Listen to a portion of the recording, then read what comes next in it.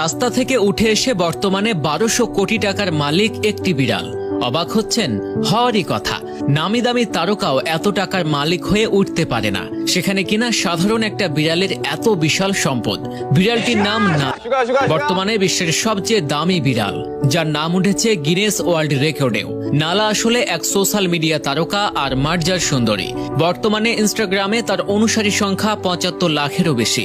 গোটা বিশ্বে তুমুল চর্চা নালা নামক এই ধনী বিড়ালকে ঘিরে।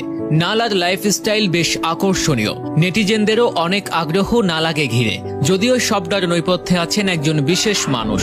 কৌতূহল জাগতে পারে নালা নামক এই বিড়ালের মালিককে। কিভাবে একটি বিড়াল এতটা জনপ্রিয় হয়ে উঠল?